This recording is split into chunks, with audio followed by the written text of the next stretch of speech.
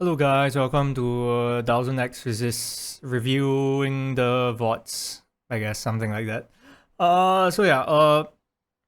If you didn't know, the last few days I've been playing 1000xRESIST. This game was recommended to me by Shirenn. If you don't know who Shirenn is, my good AnyCod friend. He recommended me to play this game. And so I streamed it on the channel, and now we are going to go through and talk about the game a bit. Nearly said series, but because I'm going through the entire game, there'll be spoilers. So if you haven't played it, you probably shouldn't watch it because this game requires you to kind of play it yourself to get like the full experience. Also, I didn't play through all the endings. There are multiple endings in this game, and there are a few that I haven't gone through. But I'm just going to go with what I have seen and what I've played. And yeah, for the most part, I want to try and keep things as general as possible. The game has quite a bit of like symbolism and thematics in it, but I don't want to go into too much detail into them, so I won't, because if not, yeah, I might as well just make like a whole thesis paper on like the game, because there's quite a lot to unpack. But I think I'm just going to go through like the quick general stuff that I can see and talk about. So part 1, the first part, basically you start off at, this is basically the end of chapter 5. And the thing is that I don't really like this part because it's actually quite confusing. There is a now. Because the thing is, you see all this, right? I want you to. The thing is that this doesn't make sense until you've actually played until the end. The thing is, I even forgot about this. Honestly, I forgot about this scene. But yeah, this is basically like close to the end. Like this scenario would be close to the end. The thing with the game was that when you are thrown in, you kind of don't get any information and you don't get any help with like anything at all. The thing is, like at the start here, you go in, you see this thing. The issue with flashbacks like this is just a personal thing, is that flashbacks only make sense if you have an understanding of somewhat, if you have a general understanding of the world and what's kind of happening. The thing with this is that when you get choices and you see all of this happening, you kind of don't get anything that's happening, and you get thrown into this scene and you still don't get what's happening. So in a sense, I don't like it because it doesn't make any sense, and you don't really understand much. You don't get anything from having this flashback at the start. You can't expect something, but the thing is, this entire part doesn't really make any sense, especially this scene. This scene does not make that much sense. Going into the actual game itself, the game is pretty much like a visual novel in a sense. You basically play a predetermined story, and the thing is that I mean, it's not open world, but like you kind of just move around in like a 3D plane. So the thing is that the game does not actually tell you a lot. So for example, when I was like starting out this part, I didn't know where the hell I was supposed to go or what I was supposed to do. They didn't tell you anything, which in my opinion is just bad game design, because I think if you play a game, they should tell you what you're supposed to do. And I was told nothing, and I'm kind of just stuck here like wondering what the hell I'm supposed to do. So go here, meet all these characters, don't really make much sense, not really have any idea where to go, and then we come and see Fixer for the first time. This part, you don't really get to understand a lot. You just know that the Fixer is gone, and after that, you just carry on. So here is when the kind of main-ish kind of story starts. You have Principal, you have Watcher. You don't really know what's happening. I'm pretty sure you just see this scene and you jump into your first communion. If I'm not wrong. Yeah, you do. And so, you don't understand anything still, and you are forced to do stuff here. The thing with this is that you kind of get an understanding of the world. The thing is that even when you are here, you don't really understand the whole context of the world, because from what you've seen, you've stabbed someone, you've gone into this strange extra plane of existence, and you've seen someone go off, and now you're in this world, which kind of doesn't make any sense. You don't really understand anything. And you kind of hear a few reoccurring words like All Mother and like Xiao appear and Iris. So you still don't really understand that much. But the thing is that you don't really understand it until you reach it later on. So basically, this first chapter doesn't really tell you much about the world. Basically, no, the first chapter basically tells you about the world, but it doesn't tell you much about like the main story. So here you basically just learn about Iris, we basically learn about Iris if I'm not wrong, and the start. So basically, this would be the first part where Iris actually like matters in a sense. So you learn a bit more about the world, but you don't really understand much. One of the most important parts about this part is the meeting Fixer again. On the platform, you said to me, This thing. So basically, chapter 1, for the most part, this whole school section basically just tells you about the kind of situation that the world has gotten into and just contextualizes some things. But does it end up being extremely important? Actually, not really. The first chapter actually is not that important. A lot of information you get from the first part, besides Gel, is not that important. This conversation with Fixer is kind of important because you later realize that this is fake. And if I'm not wrong, the school events are real, but the Fixer thing is fake. This part actually, what does it? It forebodes to something in the future, but the thing is you don't understand it, and the thing is I didn't even remember this. So yeah, this was also pretty useless. So in general, I would say from the start, my initial impressions was this game is kind of confusing. The game does not really play very well because I hated this section because I didn't understand anything. I went into this world, I still didn't understand anything. And just so you know, they didn't tell you how to time warp, so you kind of have to figure out yourself as well. So I would say the game controls and stuff, it wasn't given very well. Basically, for the most part, this is mostly talking about the story. This part of the story does not really matter, contextualization. This part ends up mattering, but you don't really care anyway. And so yeah, that's basically it for chapter 1. For chapter 2, you go back into the past. So here you get lied to again because you get all this information about Fixer getting killed because she betrayed and stuff.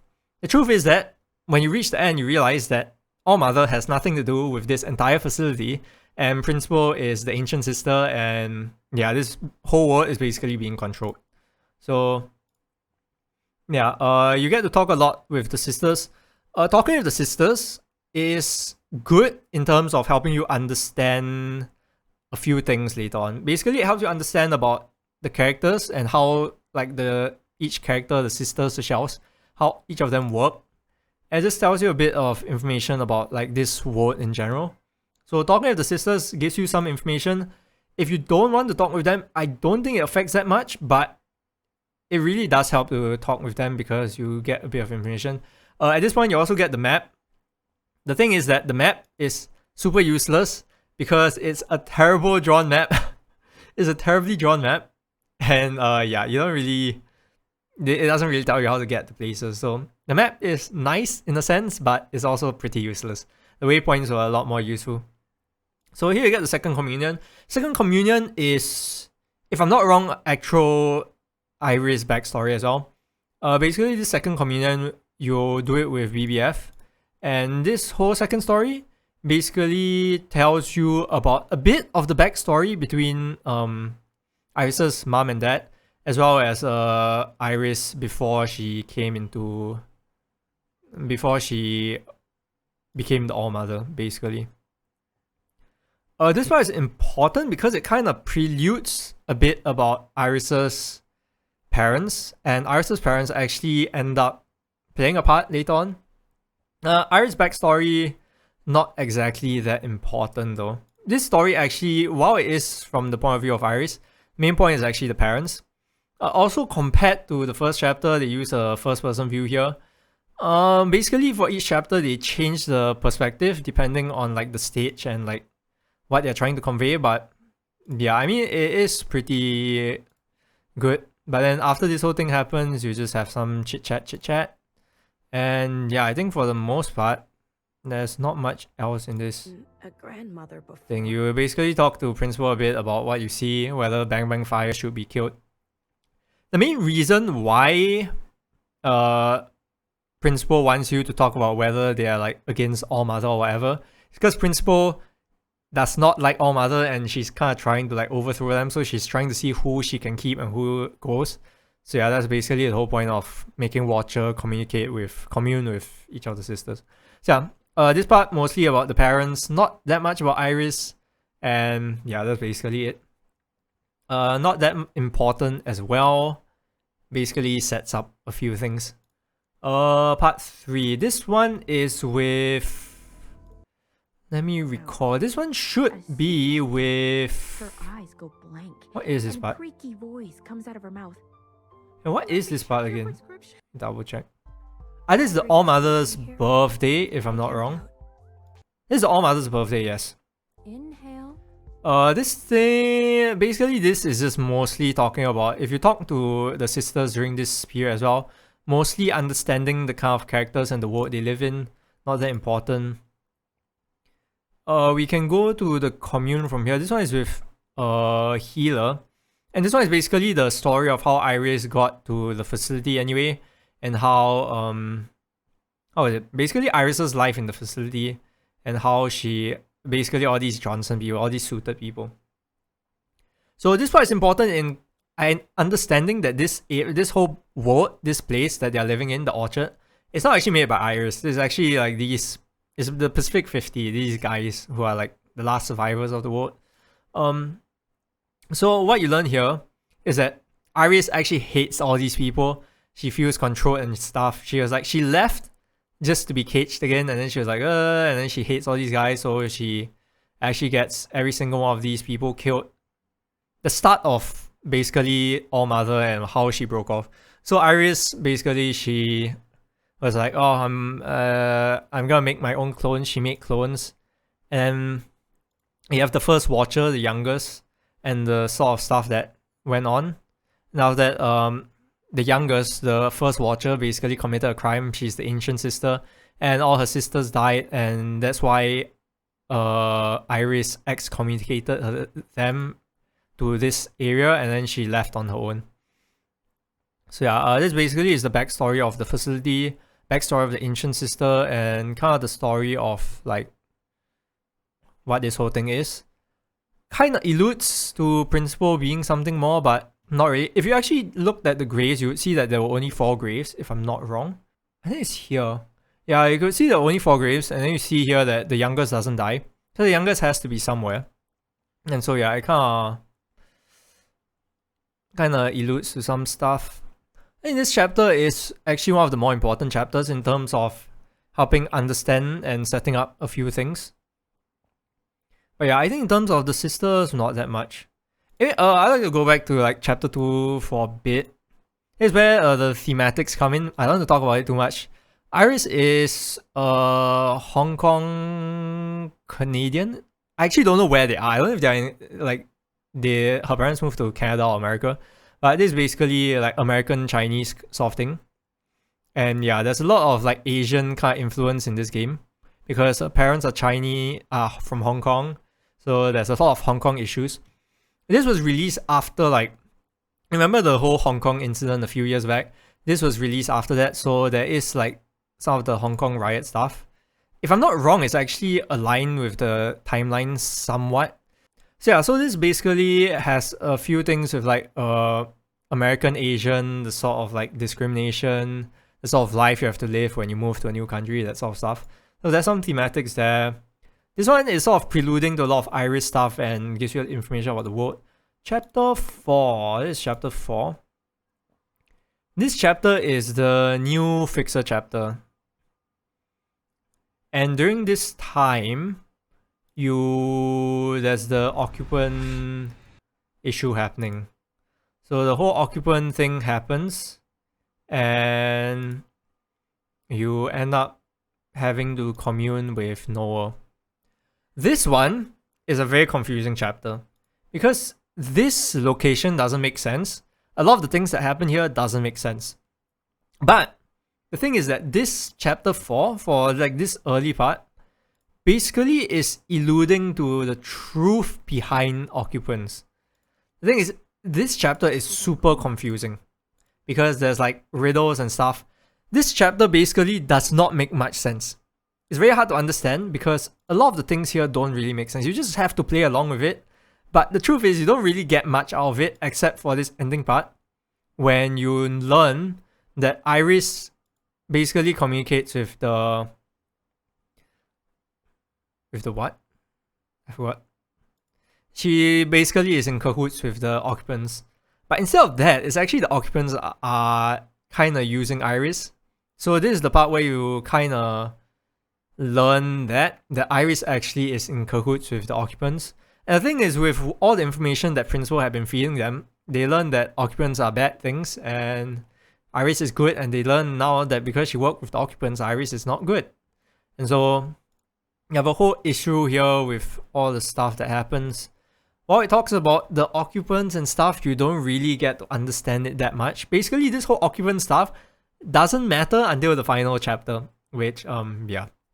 Basically, this part is where Watcher decides that she's going to kill Iris or All-Mother. And that's where you see in the start of chapter 1 where she stabs. Where she stabs Iris. That is basically all that led up to it. So basically the first 4 parts basically all lead up to the stabbing, which is chapter 5. So she finally arrives here, deals with All-Mother. And then this part is when you realize that Principal is actually the youngest, and then you've just been tricked because Principal is just lying to everyone in Dome because she was excommunicated and then she hates the All-Mother. So she was trying to get people to deal with the All-Mother, and this is where Watcher came in. And unfortunately, she stabbed All-Mother, and now, yeah, Principal is taking control. Here's the next confusing part. The post chapter 5, which is this part, is very confusing. Even now, I think I don't understand anything about this whole section. Like, what is this whole section about? I forgot what this section was about because it really is very confusing. I will not burn. You're going to talk with all the old sisters and you're like trying to escape from this thing. If I'm not wrong, this should be the tie back to like close to the ending. I think like chapter 10. I think this is a tie back to it. Because you have 2 watchers. If I'm not wrong, this is a tie back to like close to the end of the game. But yeah, this part honestly is very confusing. I still cannot wrap my head around it. I think in the end, like, it was very confusing. I actually don't remember what I got up from this chapter.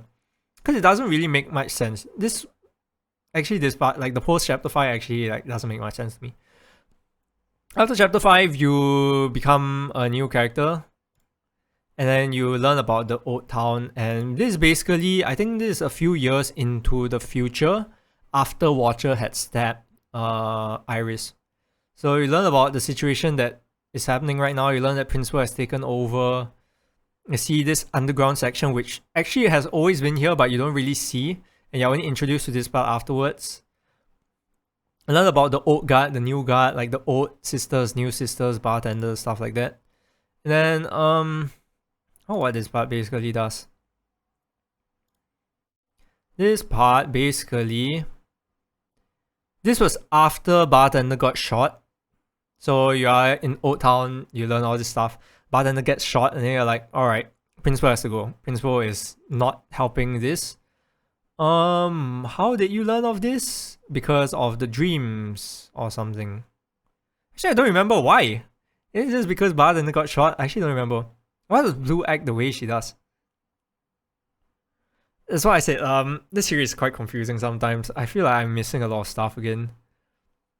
Basically, this is afterwards. Why do you kill? Because basically, Blue doesn't know anything at this point. She is just a very angry person because Bartender got shot. And so she's going to kill Principal for getting them to kill Bartender. And so, yeah, she works with a lot of the different people. You see how this whole place has been reworked. See all this, you see the gels, and you realize the gels are actually also against Principal. And then, yeah, you get to see all this stuff. You see the play, and then what happens is you blow up Principal, you run away, and then you end up on the train. Actually, what is this whole part again? You have to see this whole section, which doesn't make sense again. I feel it is pretty random as well. This part is like back in Hong Kong, I think like a Hong Kong flashback. Doesn't really make much sense as well. Honestly, a lot of the stuff doesn't really make a lot of sense in my opinion. It's pretty confusing, this game in general. So yeah, blow them up, you go on the train and you realize that Fixer is still alive, and actually like a lot of people are still alive. This is where you go into this chapter 7. This is after you get onto the train, you commune with Watcher. So you are seeing what happened to Watcher after she had stabbed Iris. See, she gets tortured and all that stuff. Okay, so for chapter 7, you basically see Watcher being captive. What happens is that during this down period, like during these like flashback periods, basically she's communing with Secretary again. Basically, you get to see certain things that happened in the past. I honestly forgot the importance of what some of these things are. The thing is that this whole section of communions are very confusing. These don't make much sense as well. Again,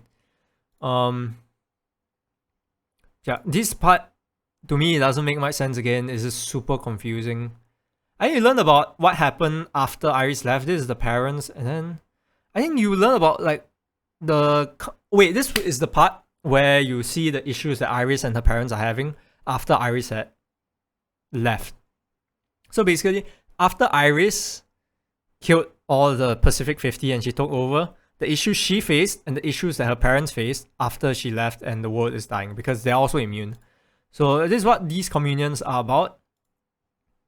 And afterwards, you slowly see the progression of Noah just becoming evil. Watcher is just being tortured. She loses her sight here because she gets stabbed. And then, yeah, you get to see a bunch of communion stuff again. This part is because after Watcher had lost her sight, I think she just started communing over and over and over again. And this basically, this whole part is basically a condensation of what Watcher had been communing with and gave all this information to Blue. And that's when you wake up and you realize you're on the train where Healer, Bang Bang, Fire, and Fixer and Watcher are all. Basically all the Oat Sister guards, they're all here. You learn that you got saved. And you've been communing this whole time, learning about Watcher. So basically Blue kind of takes over as Watcher and Secretary. And so Blue suddenly becomes the main character. This is what this whole part is about. Pretty confusing chapter, just going through it again. It's very hard to remember a lot of these parts. This part is more of alluding to the end as well. Mostly of like, it's mostly a thematic chapter as well, if I'm not wrong. So yeah, confusing still because there's too much time jumping. I don't really like time jumping. It messes with chronologicality. And if you don't do it well, it gets very confusing because you're trying to remember a lot of information. Don't like it that much. Part 7, this part. What is this part again? So this part, the train breaks down, you meet with Bang Bang, Fire, Fixer, Healer, talking to them. Basically figuring out like everything that has happened after All Mother was stabbed. Realize that Fixer had never actually gone to see All Mother, which should have happened. Healer and Bang Bang Fire also managed to escape. They're on this train, just taking care of everything. And they had a plan to try and take over Principal again, and basically Blue messed it all up. So during this time, you will get to meet with Watcher as Blue again, and Blue gets to learn a lot of important information from Watcher here. So this is basically the second part of like the communion part, that basically after Watcher had lost her sight, she was communing a bunch. So afterwards, she got a bunch of information, like the true information from Secretary, because Secretary actually is like an offshoot of the Occupants, and the point of the Occupants is to store memories. And so the Secretary actually has the true memories of Iris, and then Secretary allowed Watcher to commune and get all this information. And basically Watcher is giving all this information to Blue because Blue is kind of like the next 1. So gave all the important information to Blue about like Iris and all the truth behind what's happening and everything that needs to be done. And then they come to this station. This station is basically like the penultimate setup for the finale. So you basically have to set up this, and you get this chapter actually is pretty boring. Chapter 9. This chapter is pretty boring. You learn more about the origins of Pacific 50, but you don't actually learn that much about Pacific 50. You kind of know that they are a kind of team meant to try and like preserve humanity. But the thing is, you don't really understand much else about them. So this chapter, honestly, kind of a throwaway chapter, not very important. The more important part is when you realize who is helping as part of like this whole operation. You can see the Jiao, you see Chris, the Shells, you see the Oat sisters, and you see the fanatic, all mother fanatics, and basically they're all working to take over this. And yeah, basically the whole plan, they're just planning to take over again. And yeah, that's what this chapter is. Not very interesting chapter, actually a pretty boring chapter, mostly set up for the end. And the final chapter, you know of the plan, and you basically have to get in to, the plan is to commune with everyone, show the truth to everyone, and yeah. So they do everything, they go in, you get to commune, you have to speedrun this part. And then afterwards, this part is important because after this part is Secretary merging with the occupant so that he gets the occupant's powers. So this part where you're playing as Secretary is important because you actually learn about the occupants, where they come from, what reason they are here, and like what kind of being they are, which brings back knowledge on chapter 4 stuff. Chapter 4, and that's basically it. Like the whole context of why the world is like this in chapter 4 is answered in this part where Secretary is merging with the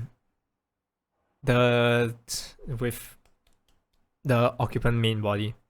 And then what happens is that the Secretary manages to take over the main source body, because Secretary, after having like gone through a few hundred communions with Watcher, basically kind of gained sentience, became human, and so decided to take over the occupant, because the occupant is just basically destroying the entire world. Because this part is, what is this part again? This part is hell, something like that. I think this was my initial thought, this is hell, but basically this ties up a lot of loose ends of what is happening, especially between Iris and her mother. This is most important for like tying up Iris's story. And yeah, this is most important for tying up Iris' story. That's basically it. Now afterwards, this part onwards, this whole part I was just doing endings. This part onwards basically is what affects the endings. You make the choice of what memories you're keeping, what memories you're erasing, and that's basically it. So honestly, the story, pretty confusing. I actually don't like it that much because there's just too much jumping, there's too much. I personally I find joy in simplicity. I really enjoy simple stuff more. 1000xRESIST does have a lot of interesting points. Especially stuff like, which part? Like this part, when you get onto the train, this part is interesting. When you realize like all the stuff that's happening behind the scenes, Fixer, Healer, BBF, Watcher, everything that happened. How like from the start, there's a lot of fabrications happening. There's so much lying happening like throughout the entire series, and then you slowly uncover the truth. The thing is that there's quite a lot to cover. In the series itself, it covers quite a lot of things. You have the sister story, you have Iris' story, you have Iris' parents' story, you have the occupant thing, you have the whole world and Pacific 50 and all that stuff. There's a lot of intertwining storylines, and the thing is that because this plays from the past, right, and you get false information, and the thing is that you're initially fed false information, then you're fed true information, and then you have to bring back a lot of stuff from the past, bring it to the front. You have to weed out what's true, what's not, and you slowly learn it later. Basically, I don't enjoy it because it's confusing. There's a lot to talk about, especially when it comes to thematics and the choice of a lot of like gameplay stuff. I mean, for the most part, it's a pretty simple game. You just go around talking. There's a lot of small things like FOVs that kind of help to enhance the game a bit. But in general, the game is pretty slow. It's confusing. There's a lot to take in. And yeah, honestly, I didn't like the game that much. But it's not a bad game. I just don't enjoy this kind of the way this story writing is done. So I just personally don't like it when you jump around with time a lot. You can play around with time a lot because it does give you a lot of like ways to hide information and provide new information to override that. But the thing is that it makes everything very confusing because you have a confusing timeline with all this stuff happening. You have a bunch of information that doesn't really piece in properly because you're lacking information from the later parts. You have a bunch of confusing words because they don't speak normally. For some reason, they have to speak in some all-mother language, which is like super confusing, especially when you are given options and such. You don't really understand anything. And you're thrown into a world which, like during this entire front part, you have zero idea of why you're in this world in the first place.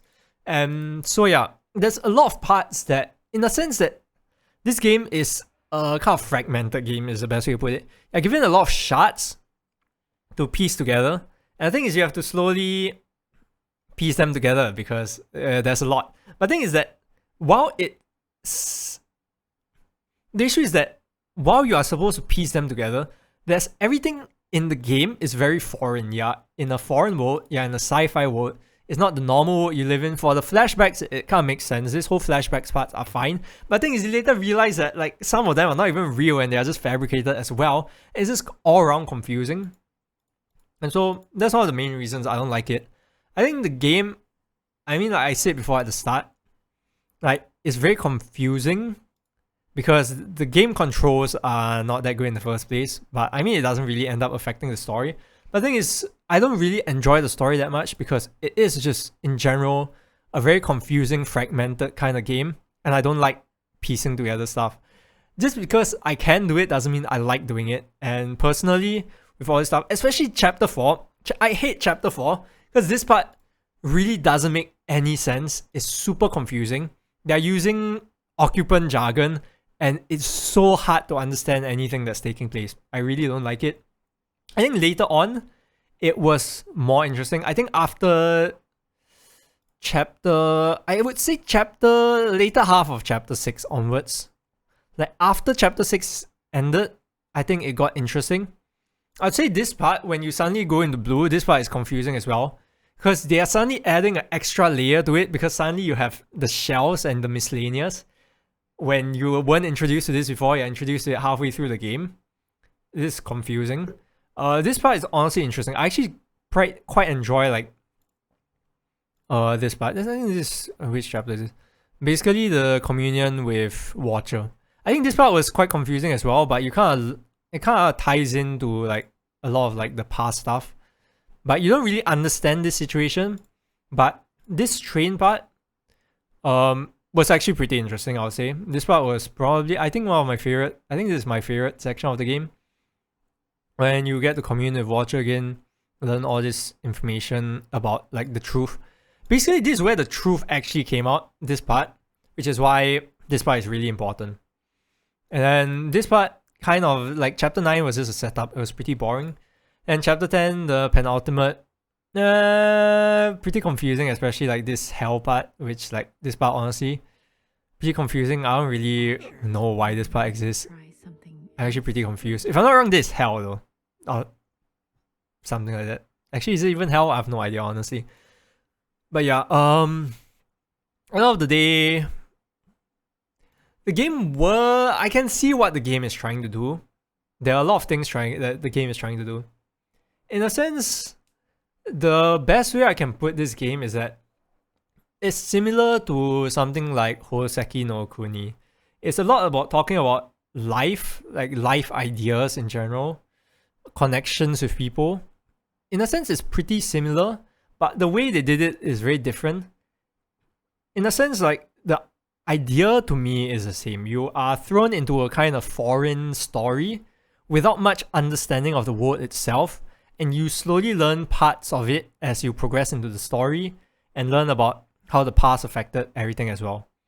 The difference between 1000xRESIST though is that I don't really mind them playing with story too much, but the issue is that they are targeting a lot of things at once. You can't have a lot of characters which are being talked about and a lot of plot points which are being brought up.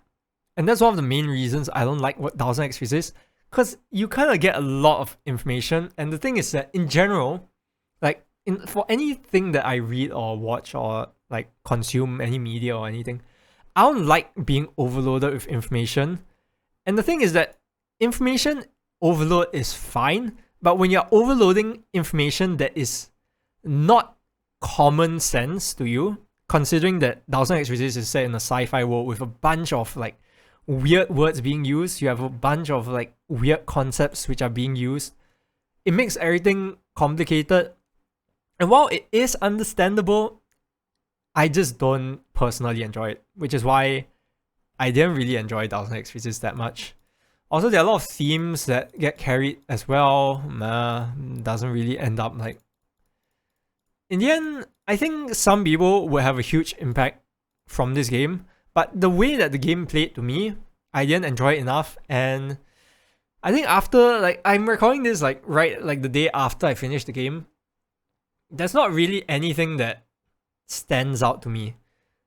Again, like, in fact, there's a lot of parts which I've sort of like slowly forgotten. I only remember like the general gist of each chapter, but there's nothing that really stands out to me because of how confusing the timeline in the series is. So I don't really enjoy it that much, and it just gives me a headache to fully understand it. And so in the end, while I do think 1000xRESIST is a game that some people enjoy, especially if you like to like hyper look at symbolism and stuff, there's a lot of small things and clues everywhere which you can make use of that like gives you a lot of information about things. Like chapter 4 is a wealth of information about occupant and stuff you can theory craft. Like during this section, you see a lot of props as well. There's a lot of symbolism here. But personally, I don't really like thinking about it that much. To me, the main point, if you're ever going to make a story, is that the main story has to make a lot of sense, and it has to be simple enough that I don't need to rack my brain bringing up like random clues from like some chapter like that I've played 5 hours ago that I probably don't properly remember that is important to the story. And so I will assume that some people really enjoy the game. Some people can really fully enjoy the extent of all the stuff that 1000xRESIST has put in. But I personally, I don't even know what the damn name of the series actually means. Why is it called 1000xRESIST? I actually still have no idea. So yeah, it's not my cup of tea kind of game.